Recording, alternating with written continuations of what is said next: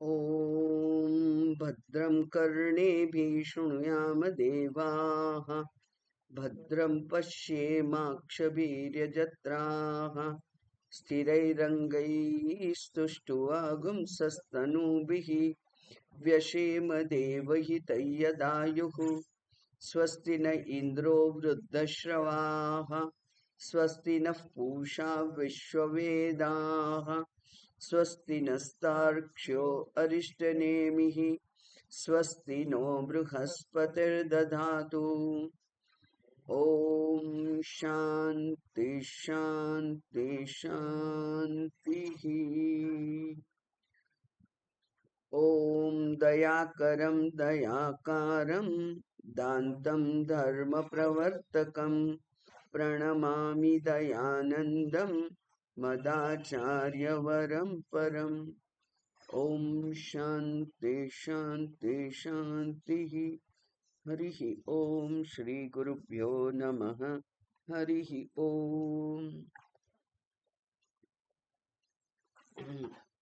ॐ अथ कैवल्योपनिषत्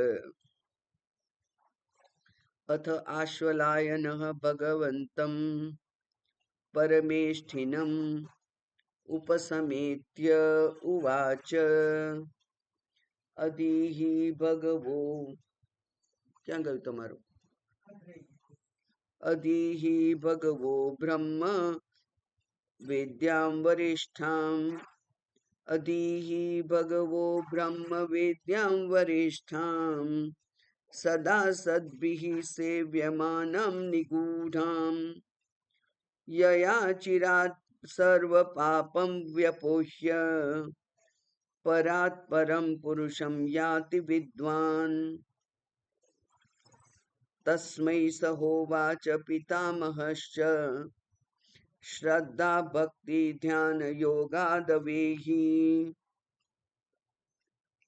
न कर्मणा न प्रजया धनेन त्यागेनैके अमृतत्वमानशुः परेण नाकं निहितं गुहायां विभ्राजते यद्यतयो विशन्ति।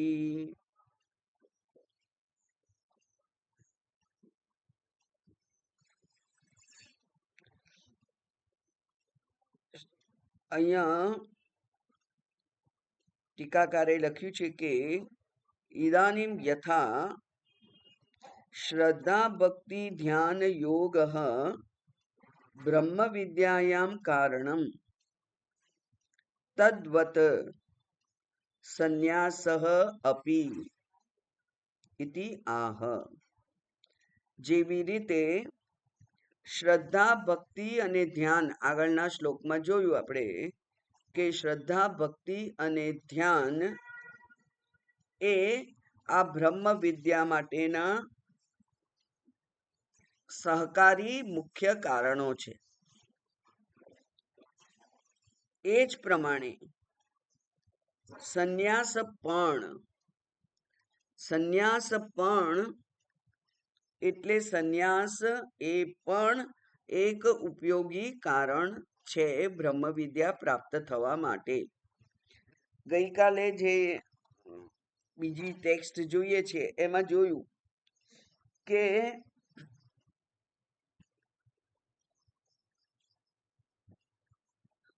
પરિપક્વ સંન્યાસ અને જ્ઞાન એ બે વચ્ચે કોઈ ભેદ નથી, બજે લગભગ એક જ છે। જ્ઞાન કો કે સંન્યાસ કો, કારણ કે આ જ ઉપનિષદ કહેવાનું છે ત્યાગેન એકેન અમૃતત્વ માનશો, એકલા ત્યાગથી જ, ત્યાગેન એકેન, અને ત્યાગ એટલે જ સંન્યાસ। સમ્યક ન્યાસઃ સંન્યાસઃ, ન્યાસનો અર્થ થાય ત્યાગ, અને સમ્યક એટલે સારી રીતે સમજદારીપૂર્વક વિચારપૂર્વક નિશ્ચયપૂર્વક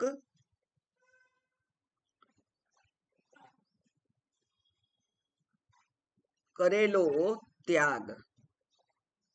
એ સંન્યાસ છે. એટલે કે એક વખત ત્યાગ કર્યા પછી તે વસ્તુઓ કે તે વ્યક્તિઓ કે તે સંબંધો કે તે સ્થિતિ એ પાછી મારા જીવનમાં આવે એવી કોઈ ઈચ્છા એને રહેલી હોતી નથી. એવું કોઈ પસ્તાવો થતો નથી કે અરે રે આ ભૂલમાં બધું છોડી દીધું, પણ એવું થતું નથી. એટલે એણે શ્રવણ કરેલું હોય, એણે શરૂઆત શ્રવણથી કરેલી હોય. આ બ્રહ્મ વિદ્યાની જે વરિષ્ઠતમતા છે, જે શ્રેષ્ઠતા છે, એને પોતે સમજી હોય, જાણી હોય. સાથે સાથે આ જગતના ભોગોની જે જે મર્યાદાઓ છે એને પણ બરાબર સમજી હોય. જગતના ભોગો સુખ નથી આપતા એવું નહીં, આપે છે, સુખ આપે, પણ એ સુખ એ નિર્ભેળ સુખ હોતું નથી. એ સુખ એની સાથે દુઃખ ભળેલું જ હોય છે, એની સાથે અત્યંત શ્રમ હોય છે, એ જતું રહેવાના સ્વભાવ વાળું છે. અને એ બધાની ક્ષુલ્લકતા એને સમજાઈ હોય. બધી જ વસ્તુઓ સ્વ અનુભવથી આવડે એવું નહીં, પર અનુભવને પણ જો આત્મસાત કરીએ તો એવું જ ડહાપણ આવી શકે. એટલે આ સંસાર કેવો છે એવું જાણવા માટે સંસારમાં પડવું જરૂરી નથી. સંસારમાં ના હોઈએ તો પણ એ સમજાય કે આ મોટા ભાગના લોકો તો સંસારમાં દુઃખી છે, દુઃખી છે. એટલે બ્રહ્માત્માનંદજી હસતા હસતા કે કોઈને પૂછીએ, 2-5 વર્ષ પછી મળીએ ને પછી કહે છે કેમ છો, એટલે એમ કે મજામાં. પછી થોડી વાર વાતો વધારે કરવાની અને પછી એ કહેવા માંડે કે આમ તો બધું સારું છે, પણ એટલે પછી કહાની શરૂ થાય. અને એટલે કોઈ પણ એ સુખી છે સંસારમાં એવું નથી. તમાચો મારીને ગાલ લાલ રાખે એ બને.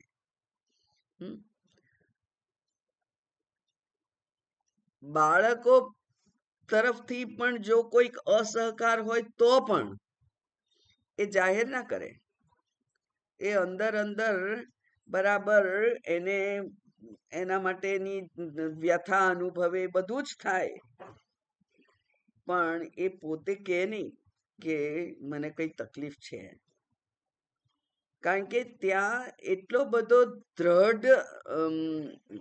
દ્રઢ આસક્તિ છે, દ્રઢ તાદાત્મ્ય છે, ત્યાં એકાત્મતા છે. અને એટલે જેમ શાસ્ત્ર હસતા હસતા આપણને કહે છે કે દાંત વડે જીભ ચવાઈ ગઈ હોય તો કોને દોષ કરીએ, કોને દોષ આપીએ? એ દાંતને કઈ કાઢીને ફેંકી દેવાય? એને કોઈ શિક્ષા કરાય? કઈ ના થાય. એટલે એ આપણે જેમ હસતા મોઢે ચલાવી લઈએ, એમ આપણા પતિના, આપણા પુત્રના એ દોષો પણ આપણે હસતા મોઢે ચલાવી લઈએ અને સુખી હોવાનો દંભ કરીએ. આમ તો જ્યાં સુધી દ્રઢ વૈરાગ્ય ના આવે ત્યાં સુધી સંસાર છોડવો યોગ્ય નથી જ. ગમે તે રીતે ત્યાં ચલાવવાનું, કારણ કે તમે ત્યાં અંદર પડ્યા છો અને એટલે માય પડ્યા તે મા સુખ માણે, એવું સંસાર માટે કહીએ અમે.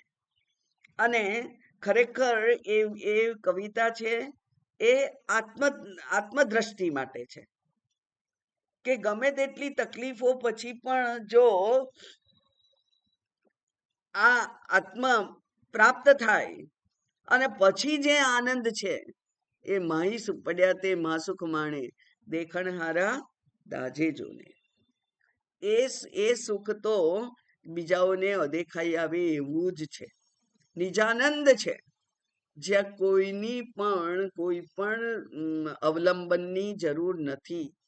એવું જે સુખ છે તે સુખ એ આત્મસુખ છે. એટલે સંન્યાસ યોગાત, અહીંયા સંન્યાસ કહ્યું એટલે સંન્યાસ પણ આ શ્રદ્ધા ભક્તિ અને ધ્યાનના જેટલો જ જરૂરી છે. એટલા માટે શાસ્ત્રએ વ્યવસ્થા કરી આપી છે. અને એ વ્યવસ્થા કેવી છે તો એમાં કહ્યું કે વિવિદિશા સંન્યાસ. વિવિદિશા એટલે વેદિતુમ ઈચ્છા વિવિદિશા, જાણવાની ઈચ્છાથી લીધેલો સંન્યાસ.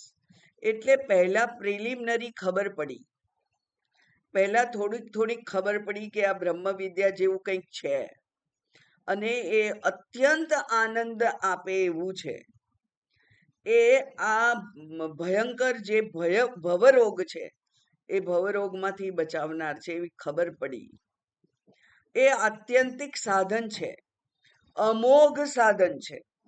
એટલે એ સાધન નિષ્ફળ ના જાય. બ્રહ્મ વિદ્યા આવે અને તો પણ મન સુખ ના મળ્યું એવું ત્યાં ના થાય. આપણને ઘણી બધી દવાઓ માફક નથી આવતી. સારામાં સારી દવા ડોક્ટરે પ્રિસ્ક્રાઇબ કરી હોય પણ હવે હું કહું કે ના આ તો મને નથી એટલે કે આનાથી મને કોઈ ફાયદો નથી થયો, આનાથી કોઈ ફાયદો નથી થયો એવું જે કહીએ આપણે, એનો અર્થ શું થયો કે ભલે તમારા મતે એ સારામાં સારી દવા છે પણ એ મને કામ લાગી નથી. તો એવું અહીંયા પણ હોઈ શકે, પણ અહીંયા એવું નથી. અહીંયા શ્રુતિ માતા કે છે આ કોઈ પુરુષના શબ્દો નથી, પૌરુષેય નથી, આ અપૌરુષેય શબ્દો છે. અને એટલે ત્યાં એ કે છે કે એ જે આનંદ છે એ તો કેવો છે, એટલે પેલા પંચદશીના છેલ્લા 5 પ્રકરણ છે કે વિદ્યાનંદે બ્રહ્માનંદે વિદ્યાનંદમ. હું તો કહું છું વિદ્યાનંદે બ્રહ્માનંદમ, કારણ કે બ્રહ્માનંદ આપણો લક્ષ્ય છે. તો વિદ્યાનંદ હોય તો એ બ્રહ્માનંદ છે. પછી વિષયાનંદે બ્રહ્માનંદ કે છે, વિષયથી આનંદ થાય તોય તમને આનંદ તો બ્રહ્મનો જ છે એવું ત્યાં પુરવાર કરી આપે છે શાસ્ત્ર, કે એ આનંદ તો એક આપણું સ્વરૂપ જ છે. એ આનંદ સ્વરૂપ છે. જો એ સ્વરૂપ આનંદ હોય, સ્વરૂપ એનો અર્થ કે જેનો ક્યારેય અભાવ ના હોય એને સ્વરૂપ કહેવાય. જેમ કે અગ્નિનું સ્વરૂપ છે ઉષ્ણતા, તો ઉષ્ણતાનો અગ્નિમાં ક્યારેય અભાવ ના હોય, પણ એ જ્ઞાન એ આનંદ સ્વરૂપ હું છું તોય હું દુઃખી છું, તો એ તો વધતો વ્યાઘાત કહેવાય. તમારા વાણીમાં જ વિરોધાભાસ છે કે હું આનંદ સ્વરૂપ છું અને હું દુઃખી છું. બે સાથે કેવી રીતે હોય? લક્ષણનો કદી અભાવ હોય જ નહીં. એટલે જે સુખ મને અનુભવાય છે એ મારું પોતાનું અંદરથી ઉભરાતું, અંદરથી ફુવારાની જેમ બહાર આવતું એ સુખ છે. બહાર નિમિત્ત ગમે તે હોઈ શકે, એટલે એને નિમિત્તની અનિવાર્યતા નથી. નિમિત્ત હોય તો એ બહાર આવે અને નિમિત્ત ના હોય તો એ બહાર આવે.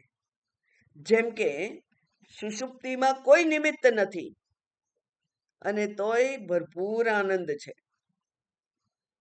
તો એ આનંદ એ વિષયાનંદે બ્રહ્માનંદ. પછી કે છે યોગાનંદે બ્રહ્માનંદ, આત્માનંદે બ્રહ્માનંદ. આમ બધા આનંદની ત્યાં વાત કરી છે. એટલે મૂળભૂત આનંદ કયો છે? એ તો સ્વરૂપાનંદ છે. અને એ સ્વરૂપાનંદ એટલે જ આનંદની અવધિ, આનંદની એ અવધિ, અત્યંતતા, છેલ્લી કક્ષાનો આનંદ છે. એમાં કોઈ ભેળસેળ નથી. એટલે જે નિર્ભેળ આનંદ છે, જે નિર્નિમિત્ત આનંદ છે, જે નિરાલંબન એવો આનંદ છે, એને કોઈ આલંબનની જરૂર નથી, એવો જે આનંદ છે, એ આનંદ એ આ સંન્યાસથી જ પ્રાપ્ત થાય. એટલે એના માટે પછી એ સંન્યાસ લે, એ વિવિધિશા સંન્યાસ છે. અને વિવિધિશા સંન્યાસ લે એટલે પછી ઉપર જે કહ્યું કે ન કર્મણા ન પ્રજયા ન ધનેન, તો સંન્યાસ કરે માણસ ત્યારે શું કરે? પહેલામાં પહેલું બધા જ કર્મોનો ત્યાગ.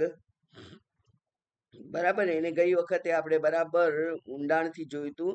બધા જ કર્મોનો ત્યાગ એને 2-3 વાક્યોમાં વિચાર કરીએ તો એવો છે કે જે કર્મ કરવા માટે અનિવાર્ય અંગો છે એનો એ ત્યાગ કરી દે. કર્મ કરવા માટે અનિવાર્ય છે શિખા, જનોઈ, પત્ની. યજ્ઞ કરવો હોય તો પત્ની જોઈએ. અને સંકલ્પ, અહમ કરીશયે, હું આ કરીશ. તો આ જે અહંકાર છે એ અહંકારને આપણે આગળ કરવો પડે, અગ્રેસર થાય અહંકાર કે આ હું કરીશ, અને હું કરીશ એટલે એનું ફળ પણ હું પામીશ. તો કરતા ભોગતા બનવા માટે સંકલ્પ કરવો પડે. તો એ કર્મોમાંથી આ વ્યક્તિને શાસ્ત્રીય રીતે મુક્તિ મળે છે. જ્યારે સંન્યાસ લે ત્યારે જનોઈ, દંડ, સફેદ વસ્ત્ર જે પહેલા પહેર્યા હોય તે, એ બધું એ પાણીમાં વહાઈ દે છે. દંડ પાણીમાં વહાઈ દે. અને ત્યાર પછી જે કાશાય વસ્ત્ર પહેરે, પછી એને નથી શિખા રહેતી, ગુરુજી શિખા કાપી નાખે. પછી એને શિખા નથી રહેતી, એની પાસે જનોઈ નથી, એને પત્ની નથી, એને કોઈ એની સગું નથી, એનું કુટુંબ કોઈ નથી. બધાનો એને વિધિવત ત્યાગ કરેલો છે. કારણ કે એને ખબર છે કે આ તત્વ કર્મથી પ્રાપ્ત થતું નથી, એટલે મારે કર્મ કરવાની જરૂર નથી. એટલે અત્યાર સુધી પૂજા પાઠ વગેરે જે કોઈ નિત્ય નૈમિત્તિક કર્મ, પછી પ્રાયશ્ચિત કર્મ, કોઈ પણ જે કર્મ અત્યાર સુધી કરતો હતો, કામ્ય કર્મ, બરાબર, આ બધા કર્મ છે. નિત્ય નૈમિત્તિક કર્મ છે, કામ્ય કર્મ છે, પ્રાયશ્ચિત કર્મ છે. આ બધા કર્મો છે. એ કર્મમાંથી એને વિધિવત મુક્તિ મળે છે.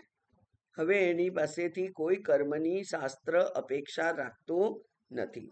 એ પૂજા કરે તો કરે અને ના કરે તો ના કરે. એના માટે કોઈ વિધિ નથી. એટલે ન કર્મણા એવું એને જાણ્યું છે. અને એટલે એણે સંન્યાસ લઈ અને કર્મમાંથી મુક્તિ મેળવી લીધી. ન પ્રજયા, પ્રજા એટલે કે પુત્ર વગેરેથી પણ, અને પુત્રથી તો આ શરીરમાં, આ ભૂલોકમાં તો રાહત મળે, આશ્રય મળે, પણ પરલોકમાં પણ પિતૃતર્પણ દ્વારા એને પુત્ર તૃપ્ત કરતો રહે. એ બંને એને હવે જોઈતું નથી, કારણ કે પોતે શરીર નથી. એટલે તૃપ્ત કોને કરવાનું હોય? જે અતૃપ્ત થવાના સ્વભાવ વાળું છે એને તૃપ્ત કરવાનું હોય. અતૃપ્ત થવાના સ્વભાવ વાળું કોણ છે? આ શરીર. કારણ કે એક શ્વાસ જાય પછી એ અંગાર વાયુ વાળો બહાર નીકળી જાય, પછી બીજાની જરૂર પડે છે, પછી ત્રીજાની જરૂર પડે છે. ભોજન એક વખત કરીએ એટલે 2-3-4 કલાકે બીજી વાર કરવું પડે છે. એવી રીતે સ્નાન વગેરે શૌચ ક્રિયાઓ એ પણ એક વખત કરીએ એટલે કાયમી થઈ નથી જતી, એને રોજ રોજ કરવી પડે છે. પણ પોતે શરીર જ નથી એવું જેનો નિશ્ચય થયો છે એને પછી આ પ્રજાની જરૂર નથી. શરીર જ નથી તો પછી એને કોઈ સંબંધી, શરીરના સંબંધી નથી, એનું કોઈ કુટુંબ નથી, એની કોઈ પુત્રી પુત્ર વગેરે સંતાન કોઈ છે નહીં. ન પ્રજયા, બરાબર. અને ન ધનેન, ધનનો તો એને ત્યાગ કરેલો છે. ધનથી આનંદ મળે, ધનથી મુક્તિ મળે એવું કોઈ વ્યવહાર પ્રૂવ કરી આપતો નથી. કોઈ પણ વ્યવહાર એ પ્રૂવ કરી આપતો નથી કે ધનથી સુખ મળે. ધનિષ્ઠ લોકો એ પણ દુઃખી હોય છે અને ઘણા બધા સાવ નિર્ધન લોકો સુખી હોય છે. એટલે એવો કોઈ નિયમ બનાવી શકતો નથી કે ધનથી આનંદ પ્રાપ્ત થાય. તો આ ત્રણનો જ્યારે નિષેધ થઈ ગયો એટલે કે સમગ્ર દ્વૈત જગતનો નિષેધ થયો. શેનો નિષેધ થઈ ગયો? સમગ્ર દ્વૈત જગત, સમગ્ર અનેકતા વાળું જે જગત છે, અનાત્મક જે જગત છે, એનો તો નિષેધ થઈ ગયો. એટલે કે એના વડે એ પ્રાપ્ત થાય નહીં. તો શેનાથી પ્રાપ્ત થાય?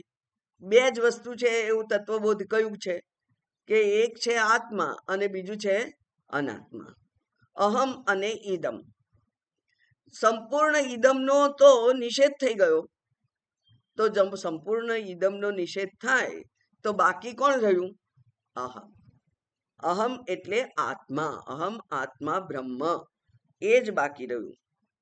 તો એ મને સમજાય ક્યારે? એટલા માટે ત્યાં કહ્યું કે અમૃતત્વમ આનશુહુ.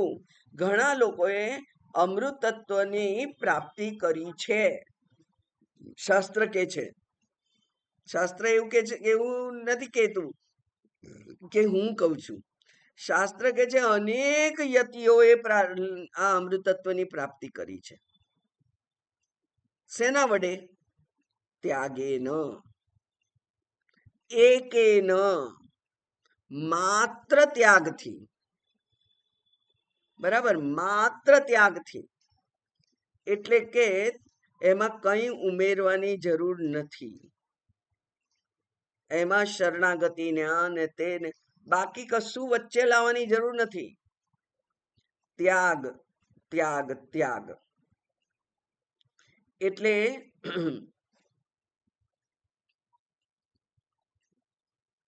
યેન ત્યજસી તત્યજ.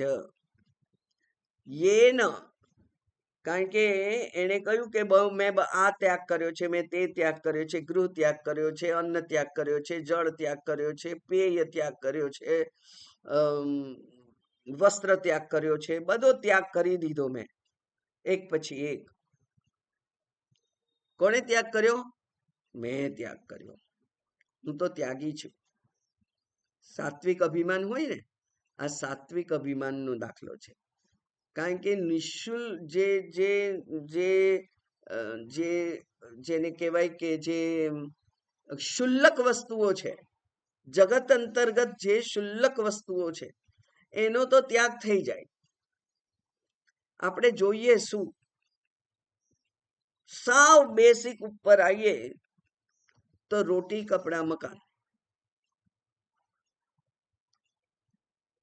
શરીર છે પ્રારબ્ધ પ્રમાણે એને સાચવવું પડે એમ છે. જ્યાં સુધી પ્રારબ્ધ છે ત્યાં સુધી, એટલે એને ખોરાક આપવો પડે. એને આ ઠંડી ગરમીથી બચવા માટે સામાન્ય વસ્ત્ર અને રહેવા માટે એક મકાન, એટલે ટાઢ તડકા વરસાદથી બચવા માટેનું એક આશ્રય સ્થાન. બસ આટલું જોઈએ. મારું હોવું જોઈએ એવું નહીં. ઘણા બધા એવા મહાન વિદ્વાનો હતા, મહાપુરુષો હતા કે જેમના આખા જીવનમાં એમનું પોતાનું કોઈ મકાન હતું નહીં. એટલે આપણે મારું પોતાનું એવું તો નથી જરૂર. પણ એક મકાન રહેવા માટે હોવું જોઈએ. તો આ 3 વસ્તુ જોઈએ, બાકી શુલ્લક વસ્તુઓનો ત્યાગ થઈ જાય. પણ જે સૂક્ષ્મ છે અહંકાર, એ અહંકારનો ત્યાગ થવો અઘરો છે. એટલે કહ્યું કે એકેન ત્યાગેન, એકલા ત્યાગથી. અને ત્યાં એકલા ત્યાગથી એટલે આ ધ્યાન રાખવું પડે કે એ કેવો છે ત્યાગ? તો કે છે કે એ ત્યાગ એ સૂક્ષ્મ ત્યાગ છે. ઓકે, પછી અમૃતત્વમ. અમૃતત્વમ એટલે શું?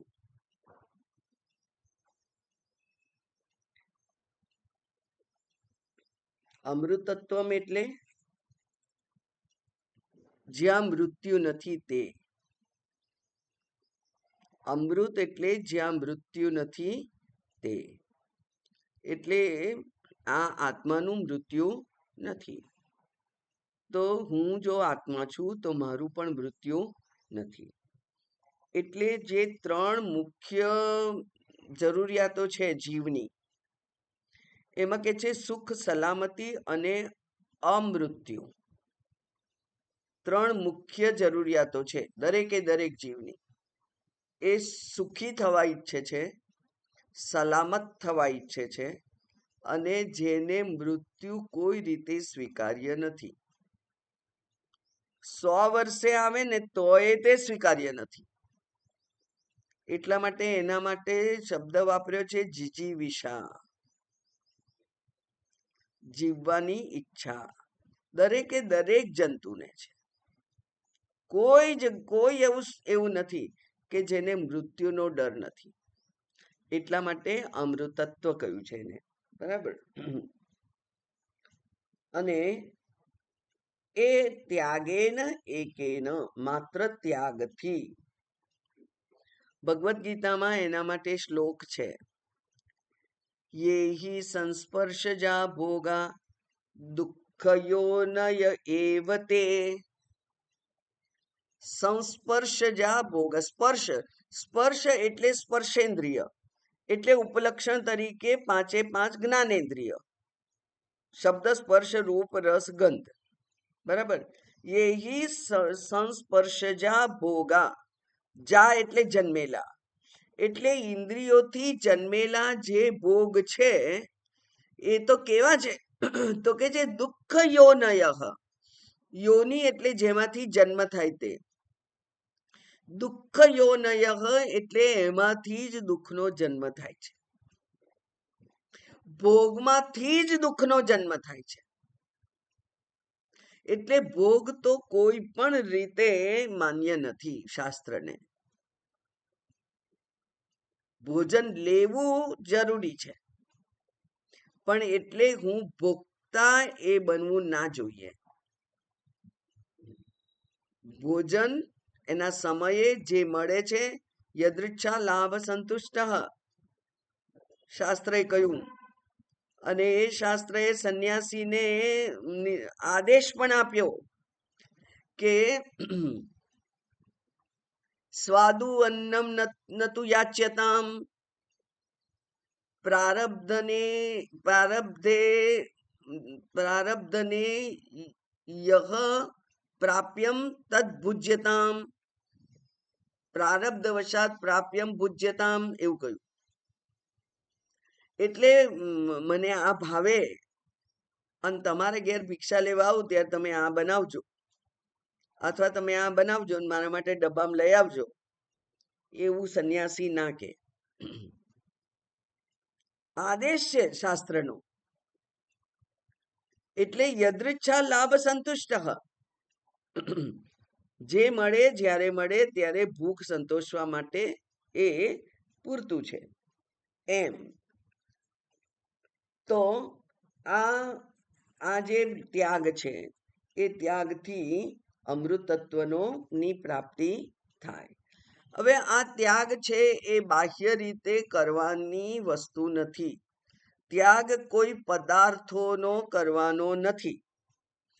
ત્યાગ માત્ર આસક્તિનો કરવાનો છે. એટલે મગજ મને બહુ ભાવતો હતો અને અત્યારે મગજ મળ્યો એટલે આનંદ આનંદ આનંદ છે.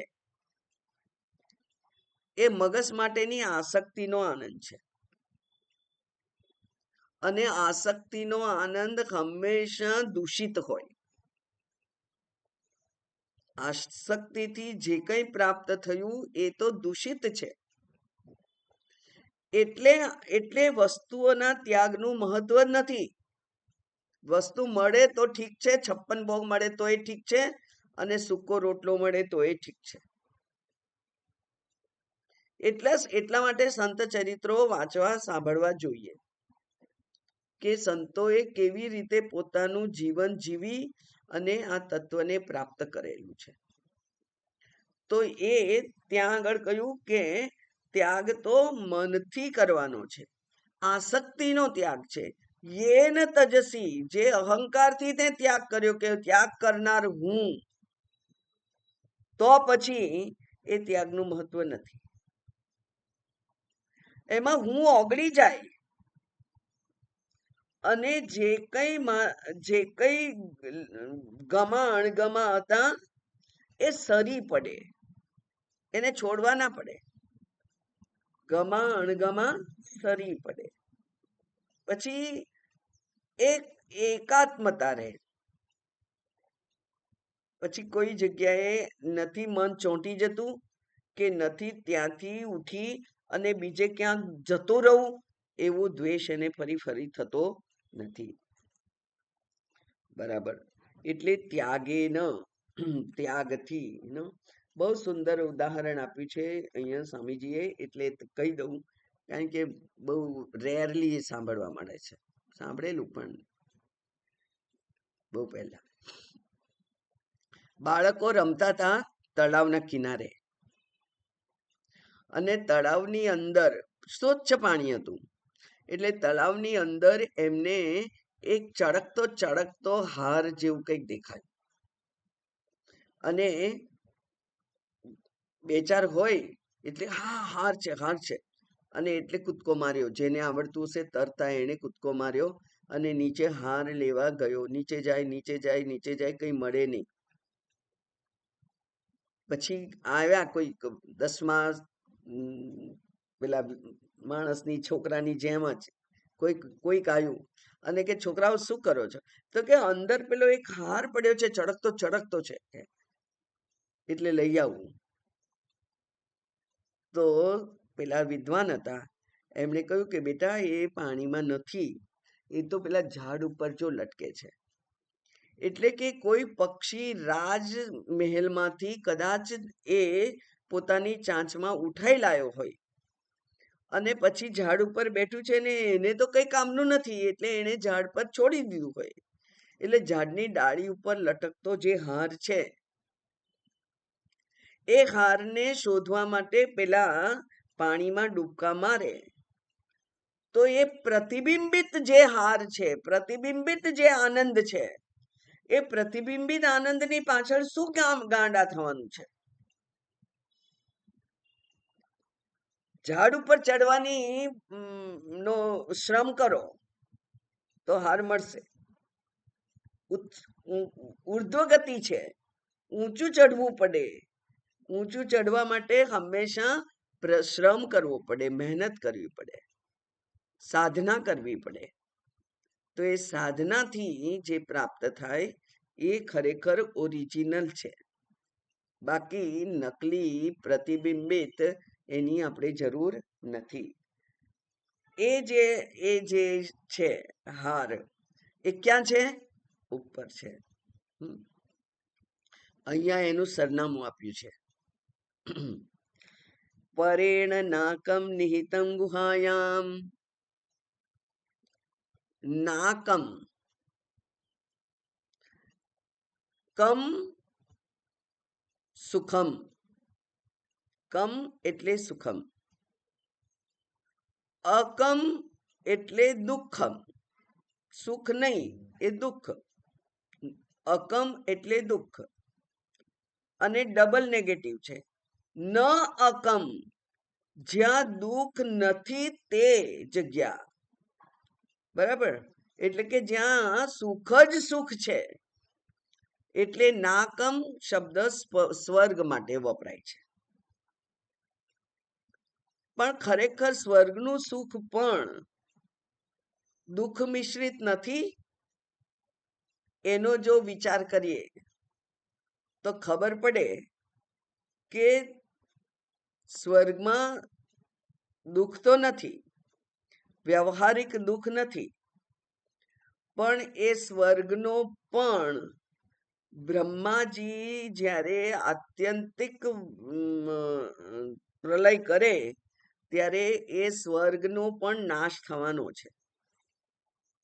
એટલે સ્વર્ગનું સુખ પણ અનંત નથી. જ્યાં સુધી ત્યાં રહેવા મળ્યું ત્યાં સુધી સુખ છે. જીવના દ્રષ્ટિકોણથી જોઈએ તો મારું પોતાનું પુણ્ય જ્યાં સુધી બરાબર પોટલી ભરેલી છે ત્યાં સુધી સુખ છે. જેવી એ પોટલી ખાલી થાય એટલે સ્વર્ગમાં ક્ષીણે પુણ્યે સ્વર્ગ મર્ત્ય લોકમ વિશંતિ. તો મારા માટે પણ સ્વર્ગ કાયમી નથી, એટલે ત્યાં પરમેનન્ટ વિઝા મળતો નથી, બરાબર, પીઆર ત્યાં મળતો નથી. ત્યાં તો છે વિઝિટર્સ વિઝા. એ વિઝિટર વિઝામાં એટલું જ કે એમાં એ લોકો લખી નથી આપતા 6 મહિના 12 મહિના એવું નથી લખી આપતા. તમે જેટલી મોટી જાડી થોકડી લઈને જાઓ અને વાપરો એટલો વખત ત્યાં રહેજો, બસ એટલી જ શરત. એટલે આપણા જે પુણ્યના ઢગલા હોય એ પુણ્યના ઢગલા લઈ અને આ જીવ ગયો હોય ત્યાં, તો પુણ્યનો ઢગલો ખલાસ થઈ જાય ત્યાં સુધી 2, 5, 50 લાખ વર્ષ, 2 લાખ વર્ષ, 5 લાખ વર્ષ રહે ત્યાં. અને પછી પુણ્ય ખલાસ થાય એટલે મર્ત્યલોકમ વિશંતિ. તો સ્વર્ગ પણ નિત્ય સુખ નથી. સ્વર્ગમાંથી આ જીવે પણ પાછું આવવું પડે છે અને સ્વર્ગનો પોતાનો પણ વિનાશ થઈ જાય છે. એ પણ વિનાશી જગ્યા છે. તો આપણે તો અવિનાશી જગ્યા જોઈએ છે, જ્યાંથી આપણને કોઈ કહે જ નહીં કે ખાલી કર. કે ને આપણે ભાડાના ઘરમાં હોઈએ તો કોઈ કે ચલો ભાઈ ખાલી કરો હવે. તે એવું નહીં. અહીંયા તો કોઈ કહે જ નહીં કે ખાલી કર. અને એવી જગ્યા છે. એ ક્યાં છે? તો કે છે પરેણ. અચ્છા, પરેણ નાકમ સ્વર્ગ એ પર છે. પરેણ એટલે દૂર, બીજું, અન્ય. તો જે પર એટલે અક્ષર કહેવાય છે, એટલે કે માયા. માયાથી જે દૂર છે તે. પરેણ એટલે પરસ્માત. પરેણ એટલે પરસ્માત. પરસ્માત નાકમ. જે આ જે માયાન્વિત જગત છે એના કરતા એ ઉત્કૃષ્ટ છે એવું, બરાબર. આ જગતનું જે સુખ છે એ માયા વિધિન માયા છે, જ્યારે પેલું સ્વર્ગનું સુખ છે ત્યાં માયા નથી. પણ પરેણ નાકમ. પરેણ એટલે જે આ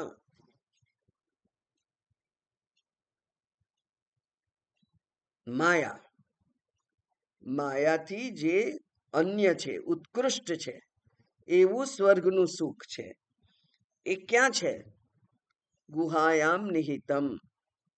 એ ગુફામાં સંતાયેલું છે. કઈ ગુફા છે? બુદ્ધિરૂપી ગુફા છે. ગુફામાં હંમેશા અંધારું હોય. ગુફામાં કુદરતી લાઈટ ના હોય, અંધારું હોય.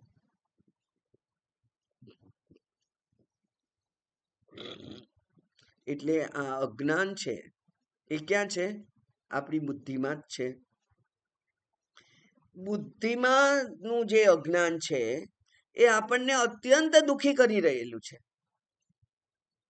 એ માત્ર બુદ્ધિને શુદ્ધ કરી દઈએ જ્ઞાન વડે તો જ્ઞાનનો સાબુ એમ કહેવાય છે. જ્ઞાન રૂપી સાબુ છે, એનાથી અજ્ઞાન રૂપી જે કચરો છે એ કાઢી નાખીએ, આપણે દૂર કરી દઈએ, એટલે આપણે સેફ થઈ જઈએ, સ્વચ્છ થઈ જઈએ, શુદ્ધ થઈ જઈએ. કેવા શુદ્ધ? જ્ઞાન જેવું પ્રકાશમય છે એવા શુદ્ધ. જેમ પેલું સોનું અગ્નિમાં તપે એટલે અત્યંત ચડતું થઈ જાય, એવું જે આપણું મન છે દૂષિત થયેલું છે, જે વાતાવરણની અસર છે એનાથી એ બુદ્ધિ દૂષિત થયેલી છે. એ દૂષિત થયેલી બુદ્ધિને આપણે આ સ્વાધ્યાય નામના તપમાં તાપમાં તપાવીએ એટલે એ શુદ્ધ થઈ જાય. અને જે શુદ્ધ સોનું છે એ અત્યંત ચળકે છે. બીજા કોઈ પણ ધાતુની વાત શાસ્ત્ર નથી કરતું, સોનાની કરે છે.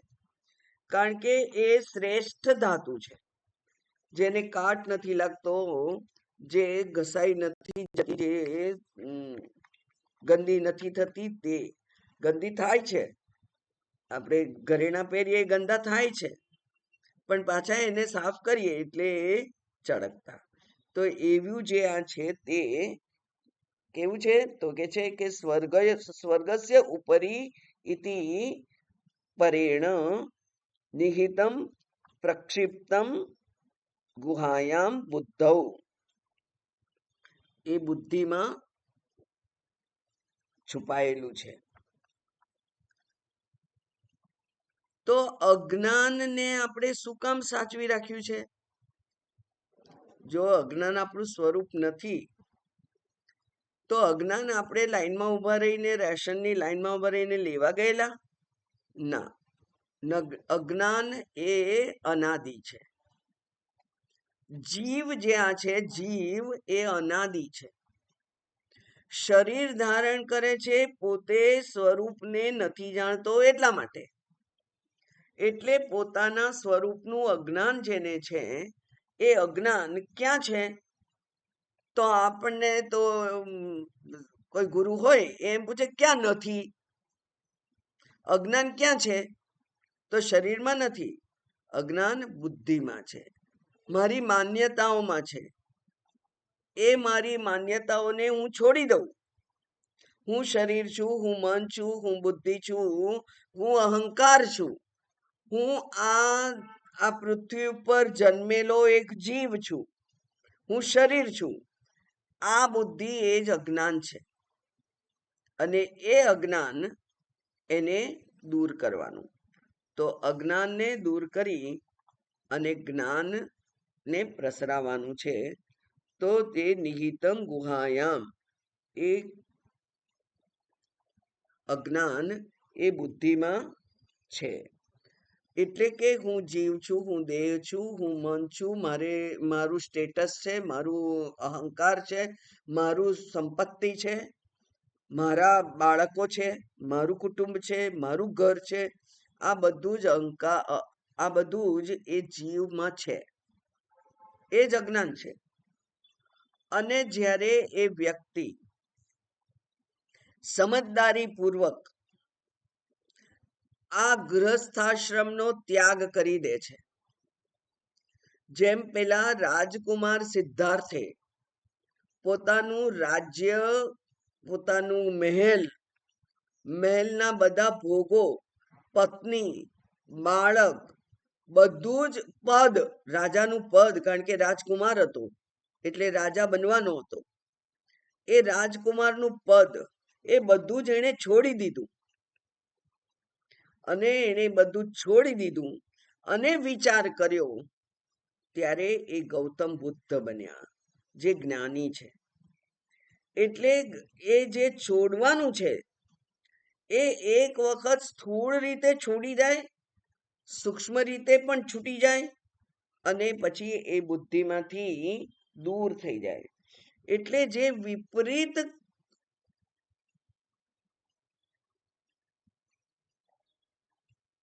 શું કહેવાય એને, વિપરીત બુદ્ધિ,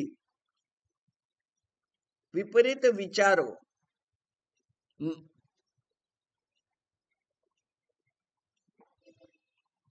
નોશન્સ, ખ્યાલો, વિપરીત ખ્યાલ, વિપરીત ખ્યાલો છે એને છોડવાના છે.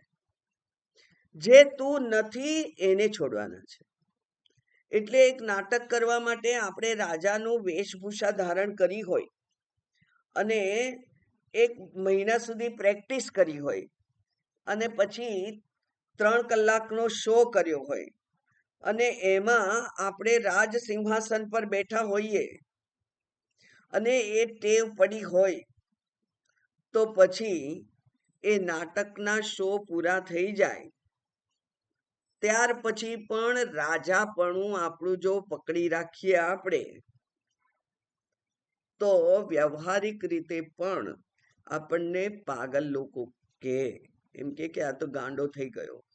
રાજાના પદ જોઈ રાજાનું પદનું નાટક કરી અને જાણે કે રાજા થઈ ગયો એમ. એ જે નાટક હતું એ છોડવું પડે.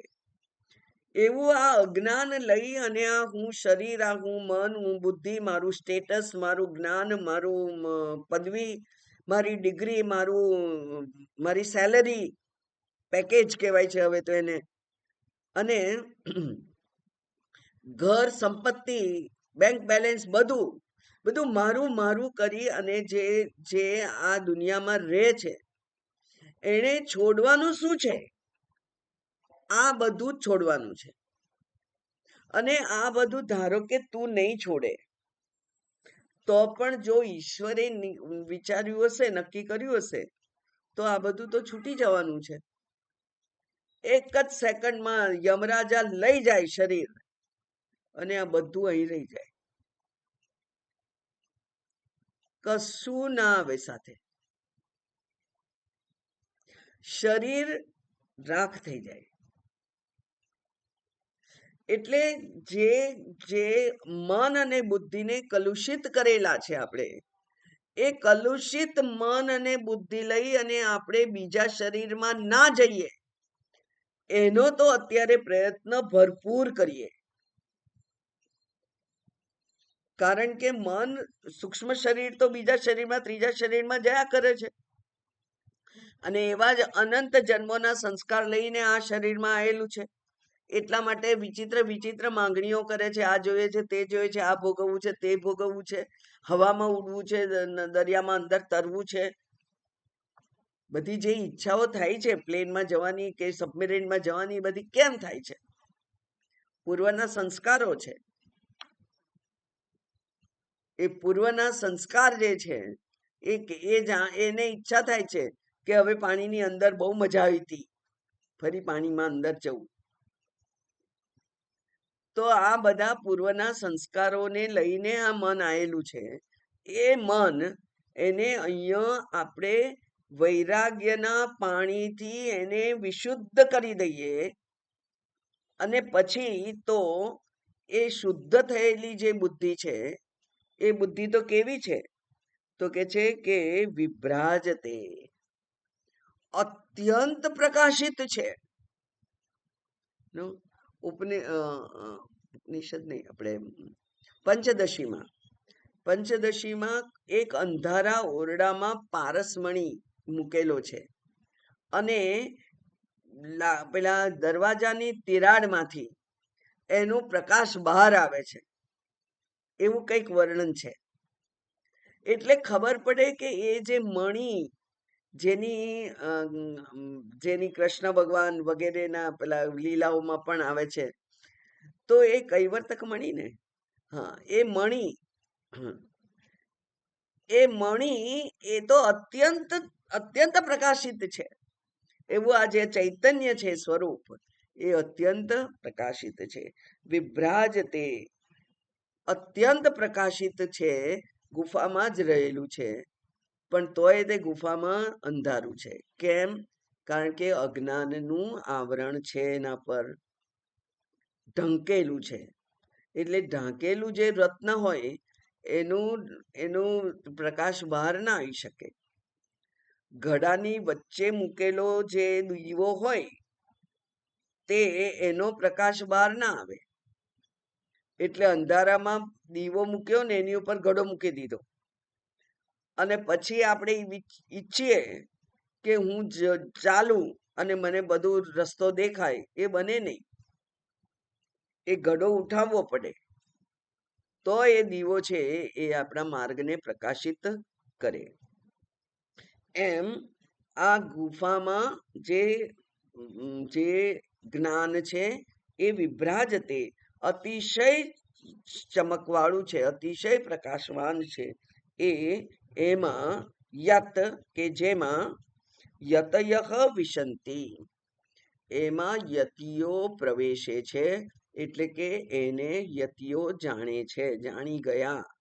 પ્રવેશ થવો એટલે જ્ઞાનમાં પ્રવેશ થાય, અંધકારમાંથી જ્ઞાનમાં પ્રવેશ થાય. એમ તો એ પ્રવેશ આપણે ઉંબરો ઓળંગી અને ઓરડામાં પ્રવેશીએ એવો પ્રવેશ ના કહેવાય એને. તો એ પ્રવેશ કેવો છે?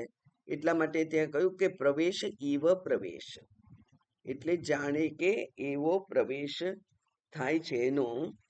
એ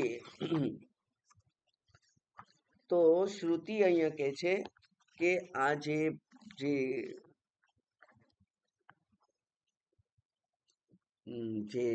તત્વ છે, આત્મા છે, એ અત્યંત પ્રકાશિત છે. અને એટલે વિશ્વવ્યાપી સ્વરૂપમાં યતયઃ એટલે કૃત સંન્યાસાહ પ્રયત્નવંત બ્રહ્મ સાક્ષાત્કાર સંપન્નાહ, એટલા બધા શબ્દો વાપર્યા છે ટીકાકારે. તો એ યતિઓ કોને કહેવાય? યતિ કોને કહેવાય? જે પ્રયત્ન કરતા હોય, પ્રયત્નશીલ હોય હંમેશા. બસ હવે તો થાકી ગયો, હવે તો આવવાના હશે તો આવશે ભગવાન, એમ ના ચાલે. એટલે આપણે થાક્યા વગર શ્રવણ મનનમાં પ્રવૃત્ત રહેવું જ પડે. એમ તો આપણે યતિ કહેવાઈએ. એટલે યતયઃ, યતિ એટલે જ્ઞાની નાય હોય. પ્રયત્ન હોય એ પ્રયત્નશીલ હોય, એ પ્રયત્ન હંમેશા સફળ જ થાય એવું કઈ નહીં, પણ પ્રયત્ન આપણે કરતા રહીએ. તો એ પ્રયત્ન યતયઃ કૃત સંન્યાસાહ, જેમણે સંન્યાસ ધારણ કરેલો છે. પ્રયત્નવંત, જે પ્રયત્ન કરી રહ્યા છે. બ્રહ્મ સાક્ષાત્કાર સંપન્નાહ, અને એમના પ્રયત્નને પરિણામે એમને બ્રહ્મ સાક્ષાત્કાર થયેલો છે. એવા યતિઓ વિશંતિ એટલે પ્રવિશંતિ ઈદમ વયમ સ્મઃ ઇતિ, આ હું જ છું એવું સાક્ષાત્કારેણ તદેવ ભવંતિ, સાક્ષાત્કારથી પોતે આત્મ સ્વરૂપ જ બની જાય છે. કારણ કે બીજો બહાર ગમે તેવો પ્રકાશ હોય તો પણ એ પ્રકાશ એ બીજા કેટલાક ફેક્ટર ઉપર આધાર રાખે. દાખલા તરીકે બહાર બહુ તેજસ્વી લાઈટ છે, પણ મારી આંખ નબળી હોય તો એ પ્રકાશ મને બહુ લાભ આપી શકે નહીં. એટલા માટે ઈદમ વયમ, આ જે પ્રકાશ છે એ હું જ છું, એમ આત્મ સ્વરૂપે. એટલે આ કૈવલ્ય ઉપનિષદ એક ખાસ ઉપનિષદ છે કે જે અહમ બ્રહ્મ ઉપર જ ભાર મૂકે છે. અહમ બ્રહ્મ, બધા જ મંત્રો, એ બધા જ મંત્રો એ નિધિધ્યાસનના મંત્રો છે. અને એ મંત્રોથી એમ અંતે પ્રૂવ કરવાનું છે, અંતે ત્યાં સુધી પહોંચવાનું છે કે એ બ્રહ્મ હું જ છું. કારણ કે એ જે ચળકતો પદાર્થ છે નિહિતમ ગુહાયામ, એ મારી બુદ્ધિમાં જ છે, પણ એ અજ્ઞાનથી આવૃત છે. એ અજ્ઞાનને હું દૂર કરું જ્ઞાનથી. જ્ઞાન કેવી રીતે થાય? શ્રવણથી, મનનથી, નિધિધ્યાસનથી. એટલે કે જે જુદી જુદી પ્રકારના પ્રતિબંધ છે એ બધા પ્રકારના પ્રતિબંધને હું હટાવું. શ્રવણથી પૂર્વ અનુમાનિત જે કંઈ મારા ખ્યાલો હતા એ દૂર થાય. બરાબર. પૂર્વગ્રહો બધા દૂર થાય. શેના પૂર્વગ્રહ હતા? હું શરીર છું, હું મન છું, હું બુદ્ધિ છું, મારું તો કઈ સ્ટેટસ હોય, મારું કઈ માન રહેવું જોઈએ, આ બધા પૂર્વગ્રહ છે. એ પૂર્વગ્રહ શ્રવણથી દૂર થાય. પછી જો એનો નિશ્ચય ના થયો હોય તો મનન થાય. એટલે કે શ્રુતિ સંમત તર્કથી મનન કરવાનું છે. તો મારો અનુભવ આવો છે ને હું કઈ જુદું હોઈ શકે? શાસ્ત્ર તો કે છે તું દેહ નથી ને હું તો દેહથી તો બધું કામ કરું છું. સાધના દેહથી કરવાની છે, તો દેહ અગત્યનો કેવી રીતે ના હોય? ત્યારે કહ્યું કે સ્વપ્નમાં પણ તે બહુ બધા ભોગ ભોગવ્યા છે, તો જાગી જઈને પછી એ ભોગ મળેલા? ના ભાઈ, દુઃખે નહોતું રહ્યું અને સુખે નહોતું મળ્યું. એટલે આ જે અત્યારે હું દેહ છું એ સ્વપ્નાવસ્થા છે, અને સ્વપ્નાવસ્થાના ખ્યાલોને સ્વપ્નાવસ્થામાં મૂકીને તું આગળ ચાલ. ઉઠ, ઉત્તિષ્ઠ, જાગ્રત, પ્રાપ્ય વરાન નિબોધત. જે શ્રેષ્ઠ છે એને પ્રાપ્ત કરવા યોગ્ય છે એને તું જાણ. નિબોધત, એને તું નિશ્ચયપૂર્વક જાણ. એવું કહ્યું કઠોપનિષદે. એવું જે આ અજ્ઞાન છે એ અજ્ઞાનને આપણે દૂર કરવાનું, મનનથી એ દૂર થાય. અને પછી કેટલાક અનંત જન્મોનો અભ્યાસ છે કે હું શરીર છું. એ અનંત જન્મોનો અભ્યાસ પણ આ નિધિધ્યાસનથી દૂર કરવાનો છે. એટલે મનોબુદ્ધિ અહંકાર ચિત્તાની નાહમ, હું શું શું નથી એ પહેલા નક્કી કરી દો. આ હું નથી, આ નથી, આ નથી, નેતિ નેતિ નેતિ નેતિ, તો શિવોહમ શિવોહમ. બરાબર. તો ત્યાં શિવોહમ શિવોહમ એ નિધિધ્યાસન છે. પહેલા નિષેધ છે અને પછી સ્વીકાર છે. એટલે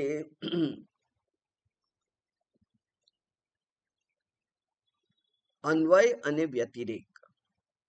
પહેલા વ્યતિરેક કર્યો અને પછી અન્વય કર્યો. તો પછી તમે આ બધુંય નથી તો કોણ છો? શૂન્ય છો? બુદ્ધ લોકોની જેમ? તો કે છે ના ના, શિવોહમ શિવોહમ, પૂર્ણોહમ, એ હું છું. તો એ જે જ્ઞાન છે એ આ જ્ઞાનીઓ મેળવે છે. તો શ્રવણ, મનન અને નિધિધ્યાસન ત્રણેય આ જરૂરી છે સાધનો, અને એ જ મુખ્ય સાધન છે આ પ્રાપ્ત કરવા માટે, જ્ઞાન માટે. બરાબર. એટલે વિશેષણ અંતર્મુખે અનુભૂયતે એવું કહે છે. અહીંયા બે વ્યાખ્યા આપી છે. એક સાયણાચાર્ય છે. એ સાયણાચાર્યની વ્યાખ્યા પણ ભક્તિ માર્ગ માટે બહુ પ્રખ્યાત છે. તો અહીંયા એ સાયણાચાર્યની વ્યાખ્યા પણ આપી છે. એમણે પણ આ કૈવલ્ય ઉપનિષદ ઉપર ટીકા લખી છે. તો એ પણ શંકરાચાર્યજીની ટીકાને લગભગ મળતી જ આવે છે. લગભગ બધા જ શબ્દો એને મળતા છે, પણ છતાં એનો ઉલ્લેખ કર્યો છે. કારણ કે બે બે ટીકા એક સરખું કહે છે. એનો અર્થ શું થયો? એનો અર્થ એવો થયો કે એ અંતિમ જ્ઞાન છે. બાકી આપણે આવતીકાલે જોઈશું. ઓમ ભદ્રમ કર્ણેભિઃ શૃણુયામ દેવાઃ, ભદ્રમ પશ્યેમાક્ષભીર્યજત્રાઃ, સ્થિરૈરङ्गैस्तुष्टुवागुंसस्तनूभिः, व्यशेम देवहितैर्यदायुः. स्वस्ति न इन्द्रो वृद्धश्रवाः, स्वस्ति नः पूषा विश्ववेदाः, स्वस्ति नस्तार्क्ष्यो अरिष्टनेमिः, स्वस्ति नो बृहस्पतिर्दधातु. ओम शांति शांति शांति. हरि ओम. શ્રી ગુરુભ્યો નમઃ. હરિ ઓમ.